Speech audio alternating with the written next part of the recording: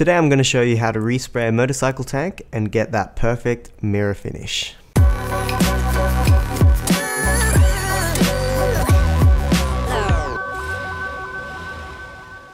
This is actually a video I've made in the past, but this time I'll be providing a voiceover to guide you through each and every step.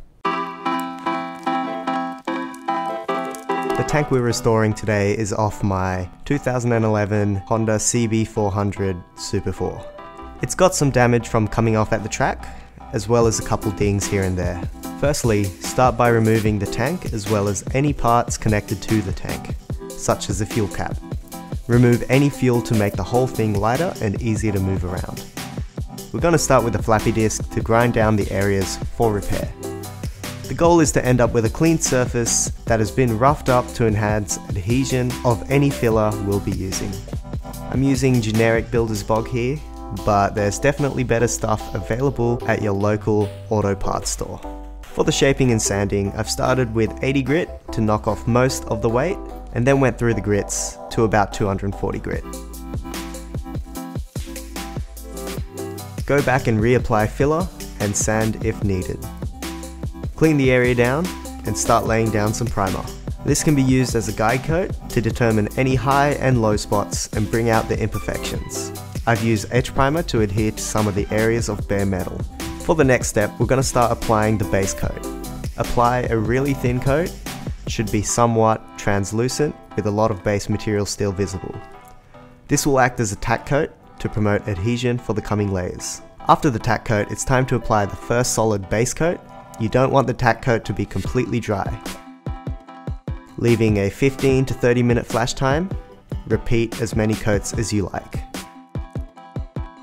Around 30 minutes after the final base coat, start layering on the clear coat.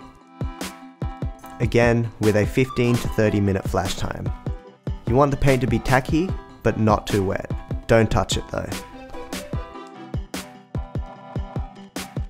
So clear coat is done, and as you can see, we've got orange peel. Almost unavoidable.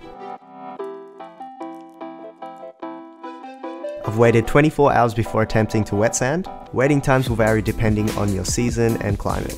I've started with 1500 grit sandpaper, but feel free to start from 1000 if the peel is real. Make your way to 1500, then 2000, then we can move on to really polishing it. Drying out the surface once in a while will reveal areas that have been sanded, as well as show any pits in the orange peel that need further sanding. Here in this next step, I'll be using a one-step polish compound that can be used straight after 2K sandpaper. Work in sections, apply polishing compound to the buff pad, and dab the area before polishing. A systematic approach is definitely the way to go, and definitely do not stay in the same spot for too long. This will burn through the clear coat and your hard work. After all is done, step back and appreciate your work. I've gotten this tank professionally resprayed in the past, and I've honestly gotten way better results doing it myself. A lot of shops are pumping these out multiple times a day, and it's hard for them to give the attention and detail that only the owners can put in. So I paid close to 500 Aussie dollars, and it took 3 months. Doing it myself, on the other hand, cost around 200 bucks, and it only took me 2 days. Mostly waiting time. Easily a weekend job.